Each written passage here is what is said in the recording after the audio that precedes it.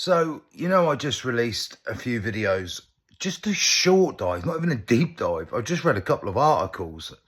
I basically picked out Germany because I've seen the terror attacks and I saw the AFD and, um, I knew stuff was going on there.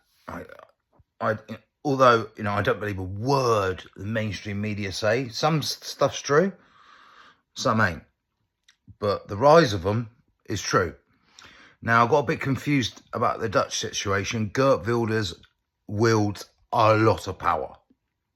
Yeah, he's not the Prime Minister, but he runs that Dutch government. And they are hardliners, man. They are going against European Union rules on migration quotas, everything. They want to opt out of the migration treaties and everything. And the EU saying, you can't do that, it's against EU regulations. I'm calling it now, Nexit. The Dutch exit from the European Union will be upon us because you have all them Geert Wilders voters saying, out, out, out, out. I'm pretty sure Geert Wilders does want to leave the European Union, and you can tell by the way they're saying, fuck you.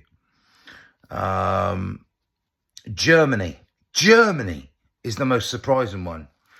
The police commissioner, I think it said the police commissioner. Let me just double check.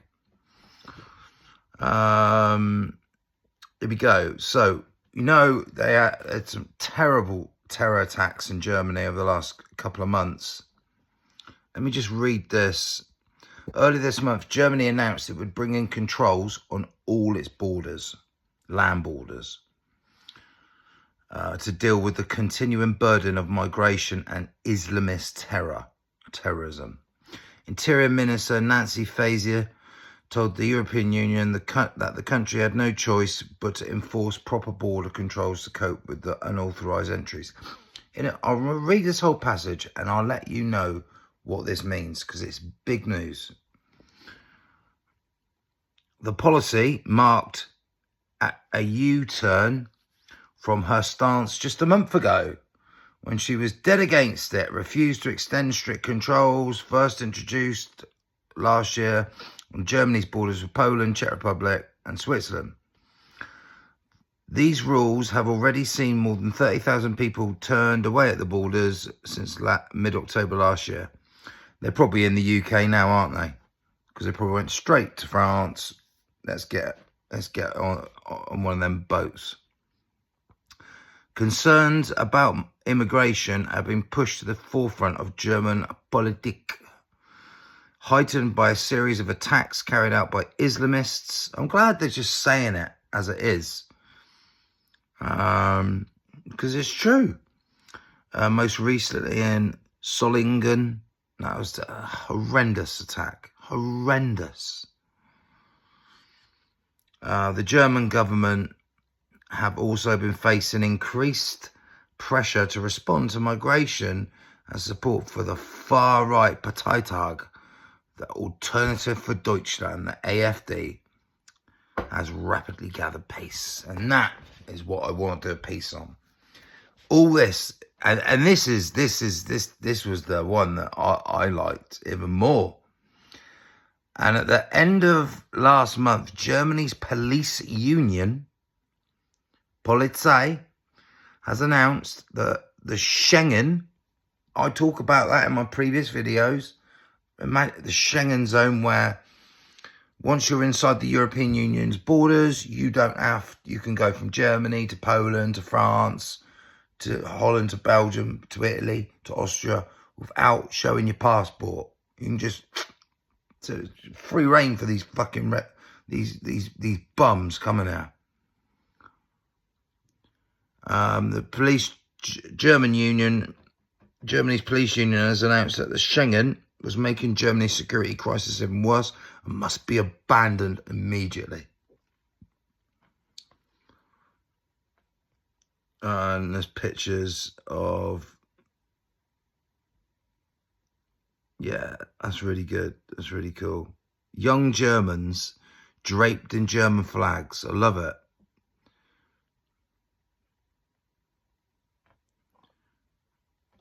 And it goes on and on. I'm going to make a more in-depth video on it, guys. And see where we're at. I'm going to keep a very close eye on both, because both are moving. Yeah, the Dutch situation is absolutely amazing. But Germany look like they're actually doing something. And what I was going to say is, when the UK were in the European Union, Germany have always been the richest economically. And I think they got the biggest population. Yeah, they have got the biggest population in Europe. I think they're bigger than Spain. I think, yeah, about 82 million it used to be. It's probably about fucking 90 million now. Mid-80s, at least, with the amount of illegals there as well. So when the UK left, they didn't only lose our money, they left our influence, everything. Yeah.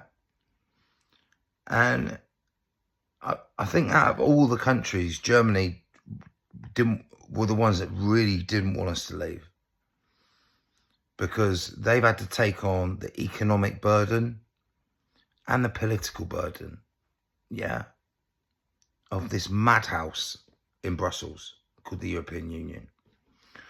Now, the European Union will have to toe the fucking line with Germany, mate. They will.